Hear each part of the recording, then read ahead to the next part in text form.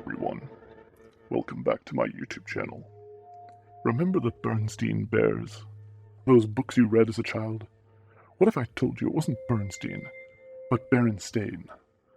Does that sound strange to you? Weren't you sure, 100% positive, beyond a shadow of a doubt, that it was Bernstein? Why the change, you might ask? Well, as a quick internet search will tell you, it was always Berenstain. That's right. Take a look now. Do a quick internet search. I'll wait.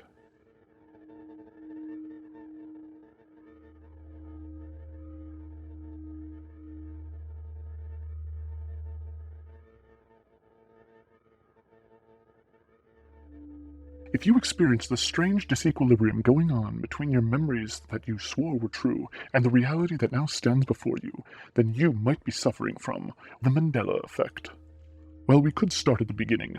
Let's first start in December 15th, 2013. Anti-apartheid activist and South African leader Nelson Mandela has just died.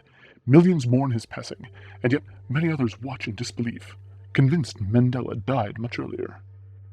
It was an instance of similar disbelief that led Fiona Broome to first coin the term, the Mandela Effect, after a 2005 conversation with friends regarding Mandela. In this conversation, numerous members of the group were convinced at the time that Mandela had in fact died in prison years before. Though she argued with them that Mandela was in fact still alive, the others were stalwart in their belief that he had died. This moment inspired Broome to investigate other incongruous memories, at which point more oddities surfaced. She found that large portions of people were and remain convinced of memories, like Muhammad Ali's death being earlier than history claims, the number of states being 51 or 52 including Puerto Rico, positions of South Pacific Islands, some even hold that New Zealand should be west of Australia, not east, or things as mundane as the design of logos and famous characters in pop culture. To skeptics, this is just a collective mismemorization, a sort of mass hallucination. Broome herself claims that this explanation is a possibility. Scientific research in neuroscience, optogenetics, and psychology have all shown how pliable memory can be. To others, it indicates something darker, that these memories are being recalled from lives lived in a parallel timeline or universe. For many, this theory follows two main paths: that this is some kind of scientific anomaly, or a strange new branch of research into historical engineering conducted at facilities like CERN.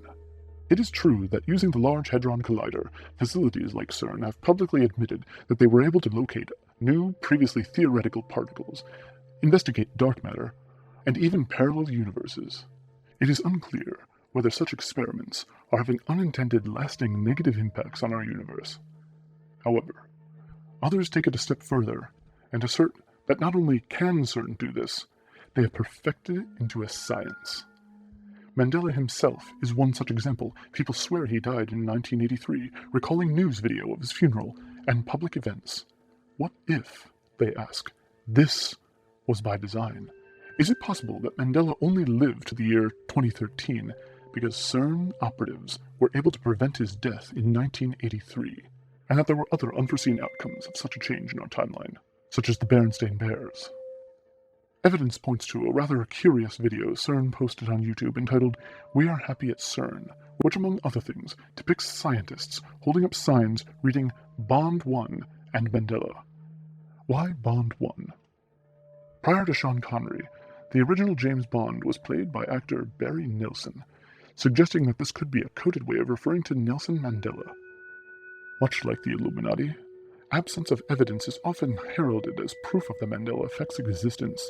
Such questions are impossible to answer, particularly when all the evidence is supposedly erased by the very subject of the conspiracy itself.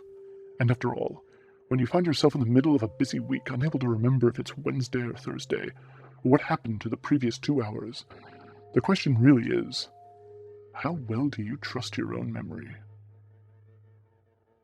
Thank you for watching. Goodbye.